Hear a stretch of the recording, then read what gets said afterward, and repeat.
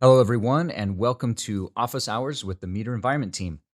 Today's session will focus on atmospheric measurements, and we're shooting for about an hour of Q&A with our experts Jeff Ritter and Chris Chambers, whom I will introduce in just a moment. But before we start, one housekeeping item. If you're watching this video and you think of a question you'd like to ask our science experts, we encourage you to submit your question on our website at metergroup.com. Someone from our science and support team will get back to you with an answer via email. All right, with all of that out of the way, let's get started. Today, our panelists are application specialists Jeff Ritter and Chris Chambers. Jeff is a product manager for plant canopy and atmospheric monitoring instrumentation here at Meter. He earned his master's degree in plant physiology from Washington State University, where his research focused on leaf-level gas exchange and the impact of plant biochemistry on the measurement of the global carbon cycle.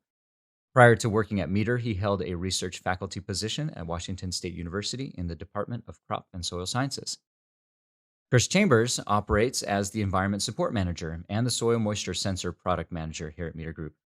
He specializes in ecology and plant physiology and has over 12 years of experience helping researchers measure the soil-plant atmosphere continuum. So, thanks for joining us, guys.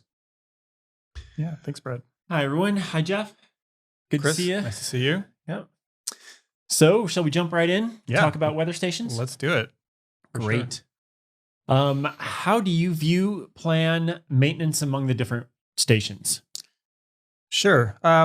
This is a question we get asked a lot, like what sort of maintenance is required and how frequently should you be going out to do it? So I really see that there are different types of maintenance that you can do, and you need to account for all of them. So the three different sorts of maintenance that I would say just off the top of my head are planned maintenance, where you plan, I'm going to go out and visit my field site at some set interval, no matter what's going on out there. And just because the data's on the cloud doesn't mean you should never visit your station. Absolutely. Even if you think everything is going well, have a plan, even before you install your station, of how frequently you need to get out. Right, exactly. And that's going to be site specific in some cases, based on what's going on around your station is going to impact how frequently you need to get out there to view it.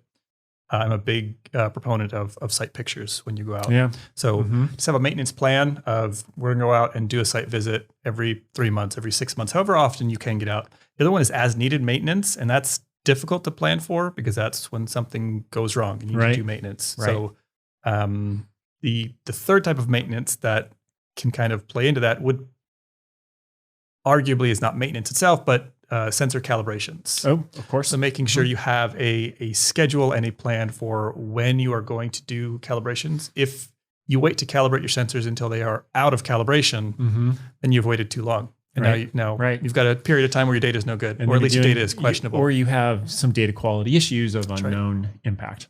That's right. So the biggest thing is making a plan. Don't anticipate setting up a station and not viewing it for a year. And some of it's going to depend on the measurement technique, right? Like a tipping bucket versus a drip counter style versus what do they call those? Those percussion type. Yep. Precipitation like a measurements. sonic disdrometer. So all of those are going to have different needs, possibly different maintenance schedules. Cleaning funnels is kind of a common one across anything that has a funnel, whether it's a tipping bucket or a drip counter. So know the pros and cons of your instrumentation and what it's going to take to maintain it. And depending on what weather station you're using, a lot of them will have some sort of quality checks, whether it's ways to know how dirty the inside of your sensor is getting, how level your sensor is staying. So make sure that you understand that again before you do it, before you install it, so you know what you're able to keep an eye on. And that's an area where cloud data is extremely helpful.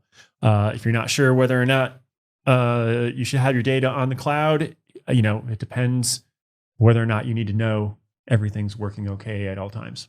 Could you talk a little bit more about imprecision and all-in-one weather station measurements? Sometimes you only need to measure rain. Is it better to have what type of rainfall sensor in that situation? Now, there are some trade-offs in all-in-one weather stations. The all-in-one weather station is great for what it does. And it is the absolute best for easy setup, convenience as far as data, having everything located in one compact package. But there are trade-offs in some quality of the data. Right. Rain is a really good one. For example, if you need the highest accuracy rain, you typically actually want to put some sort of an altar type shield around your rain gauge to cut down on updrafts, because that can carry wind outside of your funnel. And in an all-in-one, that's going to interfere with your wind measurements. If you put a wind shield around your all-in-one that's measuring wind speed, that's not a great measurement to make. So,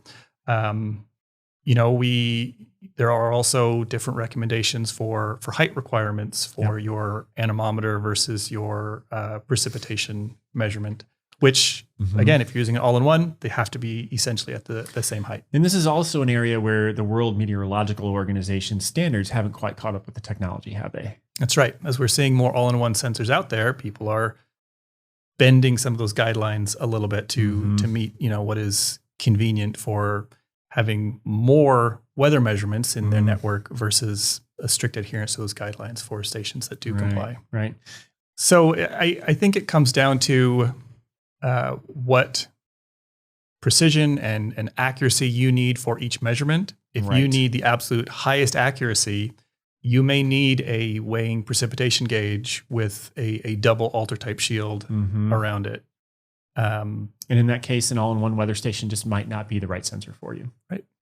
Do you have any weather stations to consider for solar farms, renewable energy, or utility scale projects? There are some things to consider there for sure.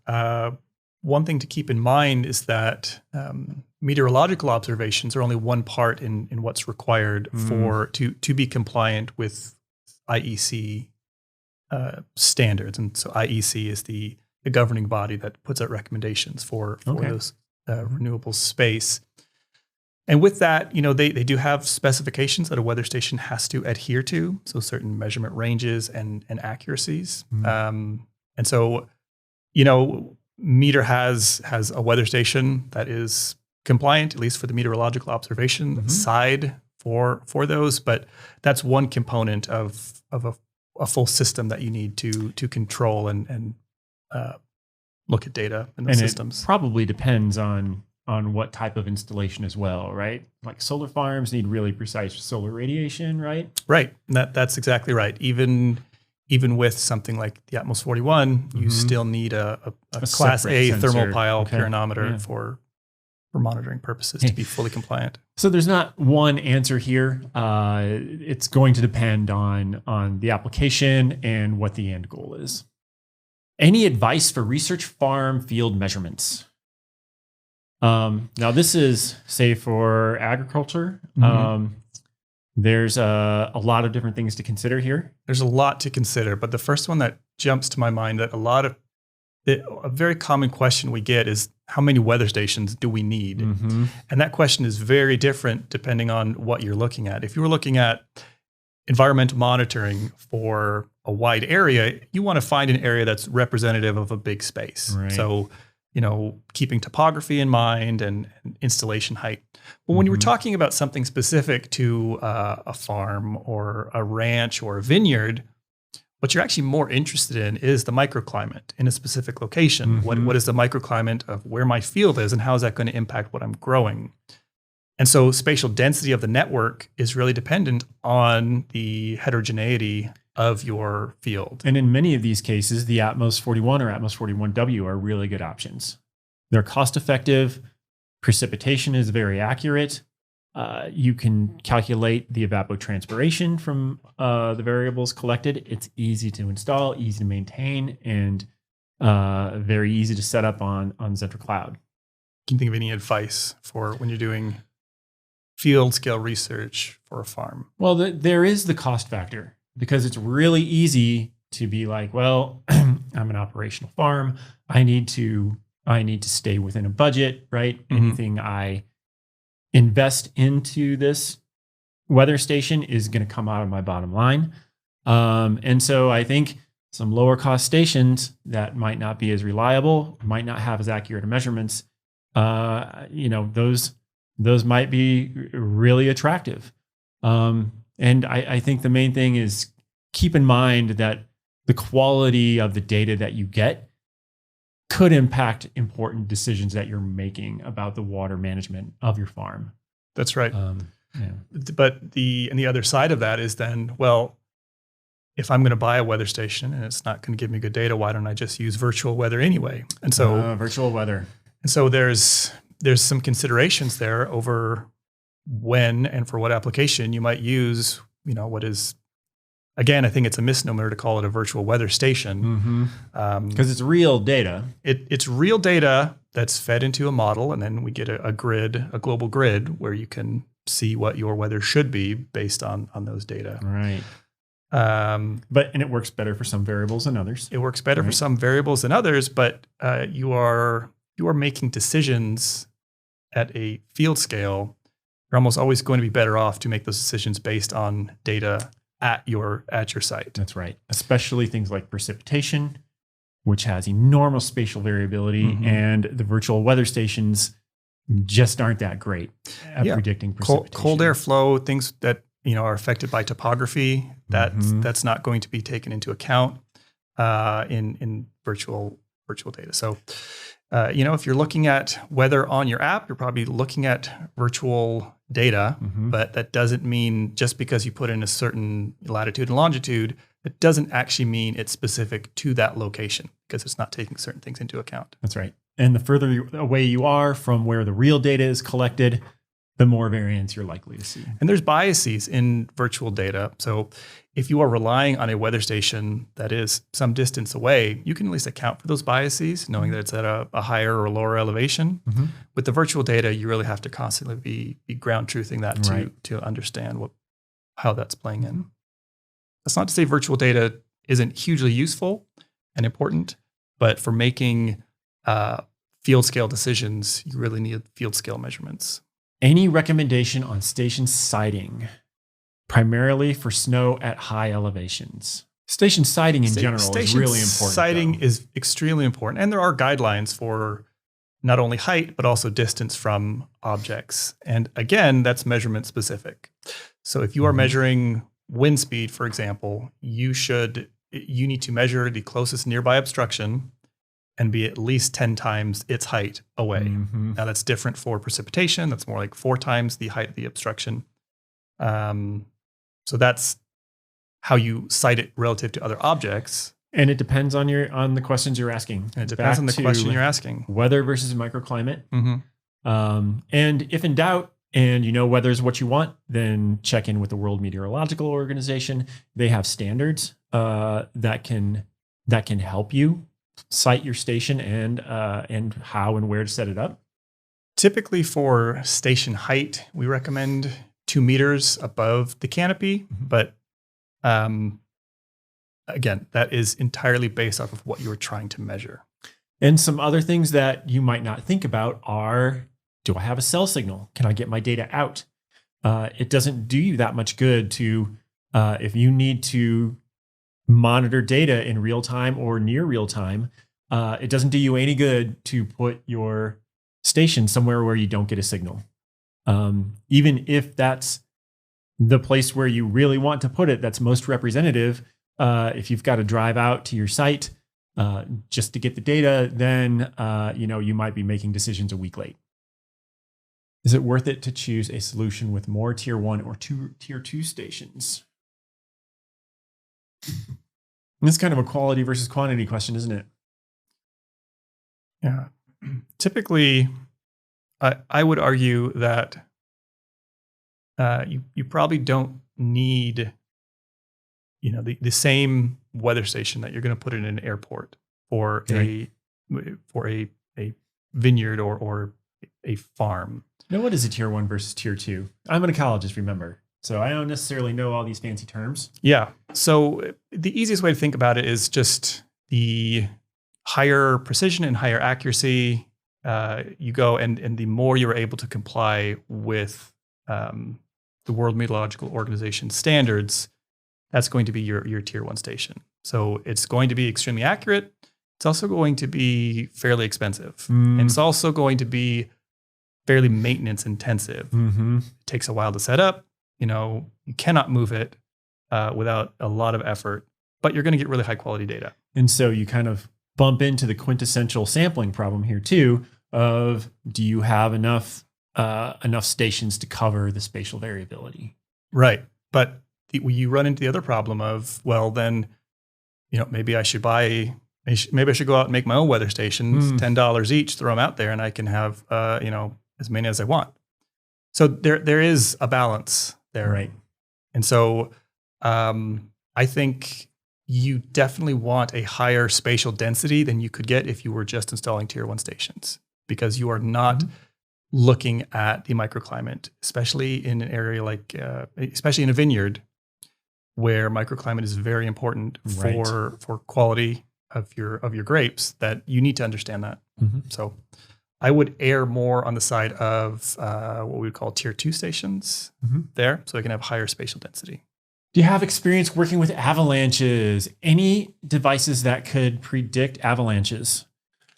I don't have any experience with avalanches. I wonder if you have. I've talked with a few potential clients about it, and this is an active area where we've been investing a lot of research and working with some key partners. The research has come a long way. I think there are some avalanche models, and the ATMOS, things like some supplementary instruments that we make to the ATMOS, like our Terrace 32 tensiometer and water content sensors are really important variables to measure for landslide susceptibility. So I think this is a field that's moving forward, and I think we'll have complete solutions to help with that in a few years. How high can a chain link exclosure be? Sure. So, an exclosure is a really good idea, especially in agricultural areas where you have animals Or range? Yeah, or out on the range. Cattle especially love coming up and playing with instruments you have out in the field. So exclosure is a really good idea. The height, again, is going to be dictated by siting guidelines. Mm-hmm. So it's going to, you need to make sure you have an area that's big enough to account for some distance away from the exclosure. Right. And that also depends on how high above that exclosure you are putting it. So if you have, a 6-foot fence, you're going to need to be about 10 times away from that if you're mounting right at that level. So that can get a pretty big footprint. Right. But a lot of time you'll see people play around with that a little bit based on. So there's a few variables that you can tinker with. You can have a shorter fence if it's closer, or you can be closer with a shorter fence.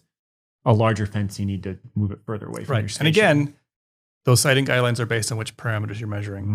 Right.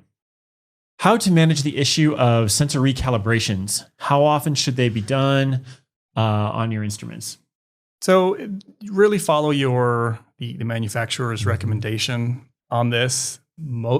They're not just putting information that, you don't recommend calibration just for fun. Right. It's something that sensors do drift over time. That's not. Some sensors drift over time. Right? Yeah. I mean, it depending on what measurement you're making. Mm-hmm. Most sensors that are relying on some electronic technique will drift over time. So it should be replaced or at least checked, verified, calibrated periodically. Most of the time, that's going to be either annually or every 2 years. And we recommend every 2 years for the ATMOS 41? For sensors on the ATMOS 41, every 2 years. And that's just based on, we've monitored how much those sensors do drift over time and what our recommendation is then is based on that. So if you wait longer than your manufacturer recommends, there's a chance you're going to be outside of spec. I hate trying to figure out what to do with data that's out of spec. Please don't do it. Just follow your maintenance schedule, get your sensors recalibrated, and then you don't have awkward questions and a lot of assumptions to make about your data. Speak about maintenance. We kind of already did that. Anything to add or anything you want to touch on there? be ready to do some maintenance. Even the lowest maintenance weather stations out there are going to have some. You have to go out there and make sure that if you have a rain gauge with a funnel, stuff other than rain's going to get in there, and you need to be ready to go and clean that out. So I would have a go bag and just make sure there's everything in there. So every few weeks or months, whenever you're able to get out, whatever your maintenance plan is, make sure you're getting out there to do the maintenance. So that you've got everything that you need. That's Don't right. need to make multiple field trips. Yeah, I can speak from experience that it is very frustrating to get all the way out to the field and then realize you just left one screwdriver. And now it's time to improvise, right? That's right. Where would you install a weather station to study urban weather? I would install it right. So my assumption is that you are wanting to make that measurement for human health and comfort reasons. And if that's the case, you want to install it where people are. But there's a whole different set of variables than, if you're out in a field or, the buildings channel wind and obstruct it and really change the environment. And you get a lot of heat island effects from asphalt and pavement. So, you want to make sure you're taking that into account. So if you're putting your weather station up on a roof, you're going to have a different wind speed. You're going to have a much different air temperature. So if you want to know what the temperature is that people are feeling, you've got to have it down where they are feeling it. So that's down at that level. Now, if you're wanting to know what the wind speed is across the top of your city, then you need it up on a roof. Or possibly modeling, across, you'll probably want some weather stations at the top and some at the bottom. Right. Keep in mind, though, that a roof is, there's a lot of obstructions up there.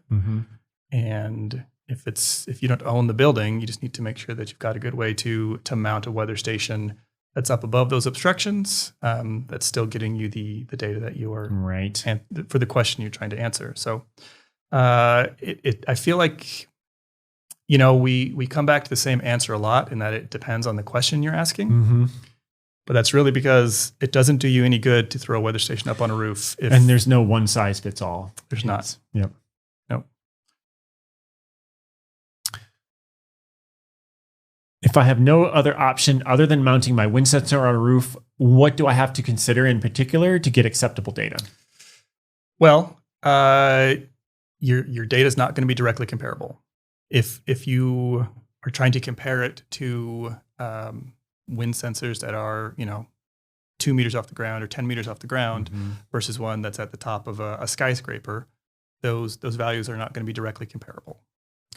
And the building itself changes the air patterns. The building itself changes air patterns as they approach. So you need to make sure you try and get high up above even that building. So any currents caused by the building itself are minimized.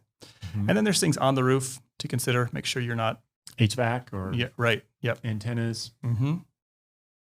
And if you are measuring any other parameters on a roof, those can be impacted as well. If you've got a weather station that's out in the field versus one on top of a roof, that roof is going to be putting off a lot of heat potentially, depending on, what the material is and time of day. So keep that in mind that a built structure is going to look very different as far as those measurements.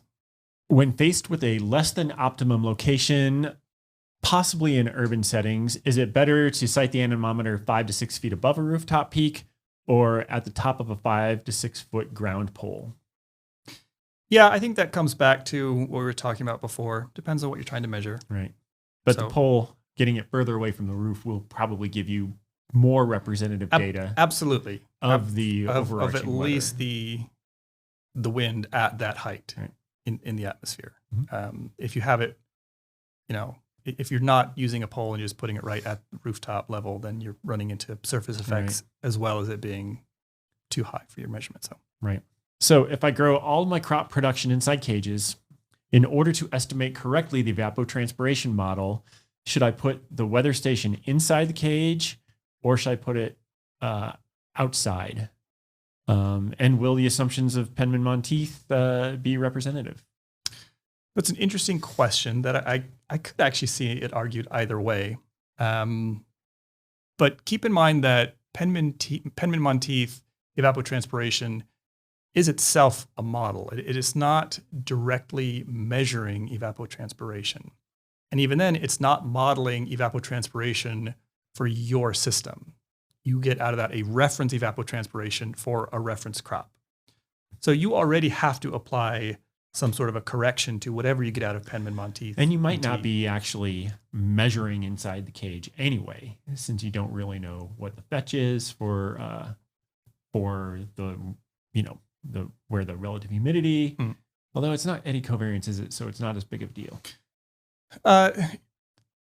Right. But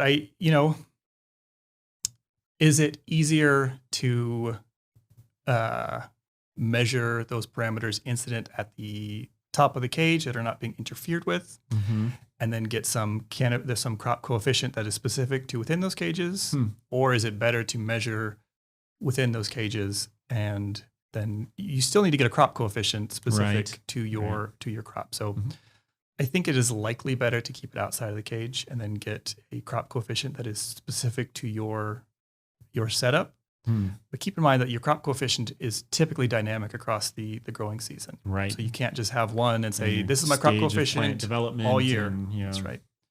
So there might be some pretty complex interactions if you're going in a cage with your crop coefficient. So might be some extra work to be done, but I think it's going to simplify the setup to keep it outside. And just bear in mind that you might not see the exact conditions of inside your cage. How do you correct overestimates of air temperature due to instrument heating due to sunshine? Right. So if you are making air temperature measurements of almost any kind and you're not using an aspirated shield, you are likely overestimating air temperature in the middle of the day by at least some amount. By some amount. Even with very good passive radiation shields, we see a spike of temperature, even if it's a tiny amount, when the sun's shining on your shield, because there will be some conversion of that to heat that you are picking up. So the only real way to account for that is if you have a co-located measurement of solar radiation and wind speed at your air temperature measurement. And then with the characteristic dimension of your device, you can model out that radiative heating, right? Right. So if you know the wind speed, if you know solar radiation and some information about your sensor itself, you can make a model that is, it gets you extremely close to what we would consider the reference of an aspirated shield. And that's how the ATMOS 41 arrives at air temperature correcting for that solar radiation. That's we talked earlier about some of the drawbacks of an all-in-one station, but one of the benefits is you do have these measurements that are all co-located, so you can draw certain conclusions from that. And it actually works better than a passive shield in most cases to correct for absolutely it is better than for radiation. Every passive shield I've seen, that model actually does a better job of correcting that. When trying to level orient weather stations, what level of precision should we be aiming for? It depends on the measurement. Let's say the ATMOS 41. For the ATMOS 41, as an example, you need to be within 2 degrees of dead level. And there are several different measurements that impacts, but that's going to impact, every weather station that's making a similar measurement. If you have a 2-dimensional wind speed measurement, for example, you need your station to be horizontal. If you have a pyranometer, it's likely being calibrated for horizontal incidence of solar radiation. So you need that to be horizontal for that to be true. Your relative humidity sensor, your barometric pressure, they probably don't care. They don't care at all. Right. But, something like the ATMOS 41 has accelerometers on board, right? So that if you have cloud data, then you can tell. Yeah, that's an extremely important piece of metadata to be able to look at, all of a sudden I'm not getting the same solar radiation that I was getting or what I would expect. Well, maybe my station is off level.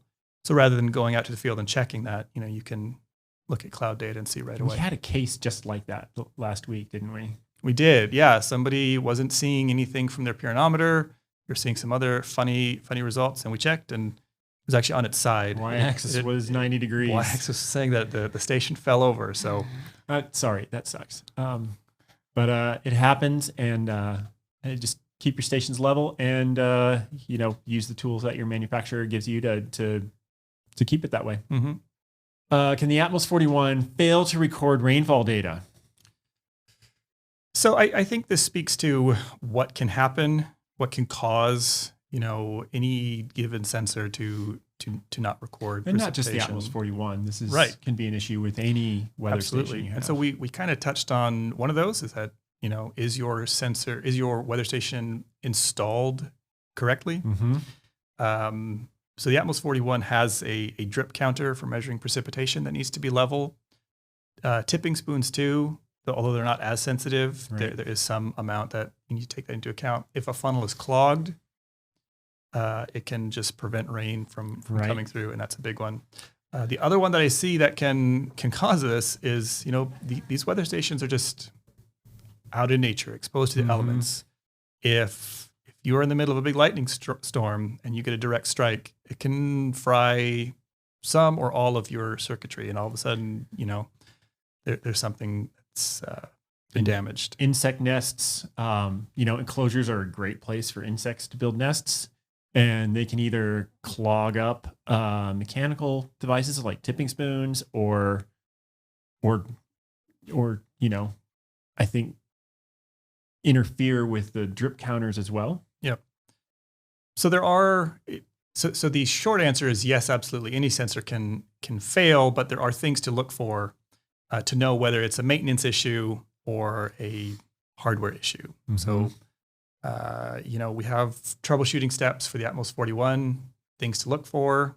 There's data patterns you can look at to tell, oh, this is a clogged funnel, or, oh, this one just stopped and it's coincident with a big lightning storm. Maybe I should get out there and see if something got fried. And coming in the ATMOS 41 Gen 2, we have a redundant precipitation measurement. Yes, a redundant precipitation measurement, and we can measure the electrical conductivity of precipitation, which actually gives you a good proxy for, is there gunk in my funnel currently? Neat. What kind of care must be taken to install a station on a glacier surface? Well, that sounds like fun. Sounds like fun. First place my mind jumps to is making sure you have equipment that is designed for that sort of environment. And not all glaciers are equal either. You Right. can get lots of different types, from these massive, fairly slow moving glaciers in up in the Everest region, and very, very different dynamic near coastal glaciers, like in Alaska or places like that. So there's lots of different factors to consider there. Yeah, you need to ensure though that the station you're putting out is capable of making measurements in an environment where a glacier exists. Right. So that's as far as I know, glaciers typically exist in fairly cold places. So a 3-season station's probably not the best option. You might need a station that has some heated components if you Mhm. are needing to measure, precipitation or keeping your pyranometer free. So you might have to come up with a setup that you can have power out there, Right. whether it's solar panels or something else. But Right. it's going to be likely a question of how much power you need to make the measurements that you want. And so not all stations are designed to be measuring at the top of Mount Everest. So that's the first thing I jump to is, do I have the right equipment to put out on a glacier, and what measurements do I need all the time? Right. Right. If there's one measurement that I need, but the station I have won't measure it in the middle of winter, well, Mhm. then that's not the right station. What about setup on a glacier? What are some things to consider there? Yeah, it might be challenging to install a pole in some areas, right? And I guess it depends on the maintenance schedule, the stability of the glacier. Yeah, there's a lot of different factors there. Actually, I kind of want to go watch that. Go ask Campbell Sci about this one. Yeah. They're the ones, they've got a great campaign going right now. Remote data access is also important to Remote keep. data access is going to be huge. So unfortunately, a lot of times the more remote a place is, meaning the harder it is to find something like a cell signal, means it's even more important to have remote data access because it's hard to get to. And in that case, you might need satellite Right. connections. So make sure that, again, it comes back to what equipment you're using. If there's not going to be Wi-Fi, if there's not cell coverage, then you're going to need to go a satellite upload. Right. A very important value is support. Many stations that you can purchase through web outlets or that are just mass produced. I totally lost where I am. Okay. A very important value is support. Many stations that you just purchase off of a retail website basically have no support. And this is something that we here find extremely important. We have a dedicated support team. You can reach us at, you can call in or reach support.environment@metergroup.com. And I think one of the reasons we value that so much here is because a lot of us have lived through this experience in both ways. I mean, a lot of us here have science backgrounds, and I've personally experienced, having trouble with a piece of equipment, calling in and getting great support. But other pieces of equipment, that's important to my research and therefore my future, and it's crickets, and there's no help to be had. And I for one, I want everybody who uses our products to be successful. Because when you put it out there, you need it to work. And if it doesn't work, you need somebody to help you getting it. And really, the data is the most important part. You can have a weather station with all these cool features, but really, the data at the end of the day and the quality of that data is what's most important. I think having a strong focus on support is because we see it as a partnership. We are creating instruments for people to use, but our relationship doesn't end once somebody has it in their hands. That's exactly right. All right, that wraps it up. Thank you for joining us today. We hope you enjoyed this discussion, and thanks again for such great questions. And again, if you have any questions we didn't answer, please contact us via our website, metergroup.com.